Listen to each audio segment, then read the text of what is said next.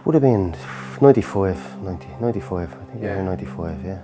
95, and I think they stayed, not 100% sure, till about, I think 2001 or 2002.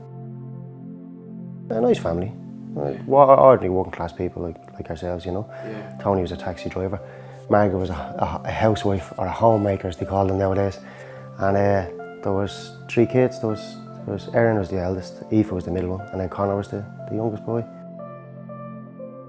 Conor was real quiet. He was a quiet enough bloke, you know. He was a quiet enough young lad, you know.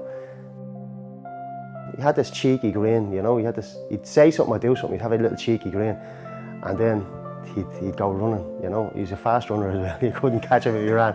Yeah, he's a fast runner. He's just a normal bloke, you know, normal young fella. He wasn't afraid to speak up for himself, you know. Not in a cheeky way. He wasn't cheeky, you know. He was brought up right by Margaret and Tony, you know. He'd give you a bit of lip, all right, and then he'd run with a little smile on his face. But no, he was just a normal young fella, normal bloke. When Conor was growing up, he'd Lord Celtic Football Club. They have the club ground here. He was playing football from when he came in, because he moved from Clonmacnoise to here, and he'd be playing football on the street, and he was a good footballer.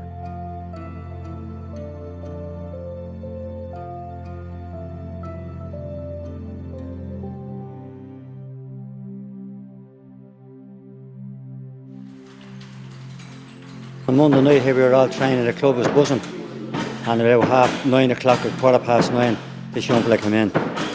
He's boxing, we only to finish and polishing the floor, as I told you, and he came in with muck all over his boots. I said, "Where are you going?"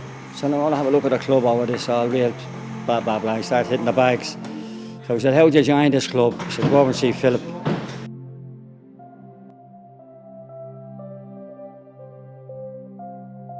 As we know, he started here when he was around 10 years of age, and he stayed here till he was nearly 17, and he learned most of his boxing here. All of his boxing here he's learned, really, you know, because he's brought that into the octagon.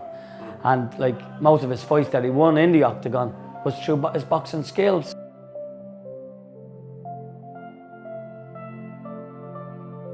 He was only a boxer in his juvenile days, he wasn't a boxer in his senior days.